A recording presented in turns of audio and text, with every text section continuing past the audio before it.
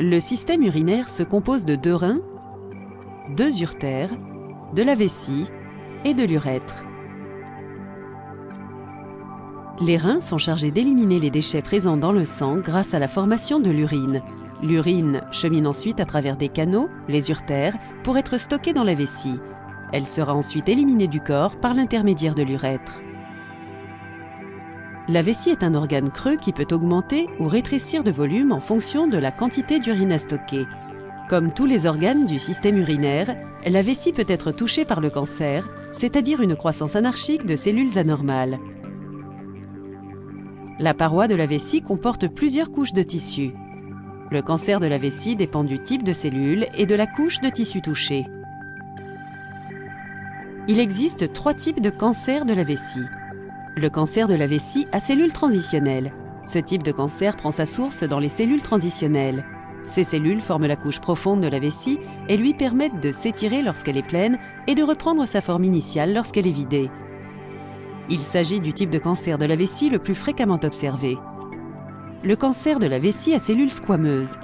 Ce type de cancer est un cancer à croissance lente qui touche les fines et plates cellules qui bordent la surface de la vessie. L'adénocarcinome.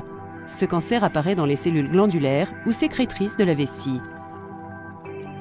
Les symptômes du cancer de la vessie comprennent du sang dans les urines, des mictions fréquentes ou des envies d'uriner ne produisant aucune émission d'urine, une douleur au cours de la miction. Le cancer de la vessie touche plus d'hommes que de femmes. Cette maladie est également plus fréquente chez les personnes de couleur blanche que chez les personnes de couleur noire. Les facteurs de risque du cancer de la vessie incluent le tabagisme, une exposition à long terme à certains produits chimiques ou cancérigènes dans certaines industries, comme celles qui fabriquaient le caoutchouc, les textiles, les peintures ou les pigments pour textiles.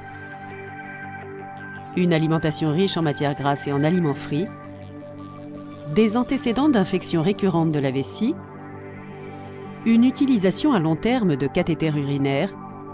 Être âgé de plus de 60 ans.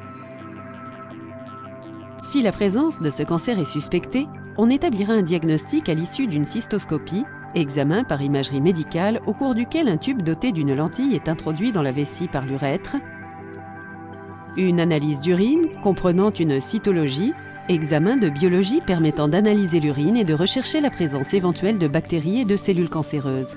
On peut également réaliser une biopsie, prélèvement de cellules vésicales pour examen au microscope, et à l'imagerie médicale comme l'IRM, le scanner et l'UIV, urographie intraveineuse, qui donne une image détaillée de l'appareil urinaire. Le traitement et le pronostic dépendent du stade et du grade du cancer, ainsi que de la localisation de la tumeur. Les options thérapeutiques du cancer de la vessie incluent chirurgie, chimiothérapie, radiothérapie et immunothérapie.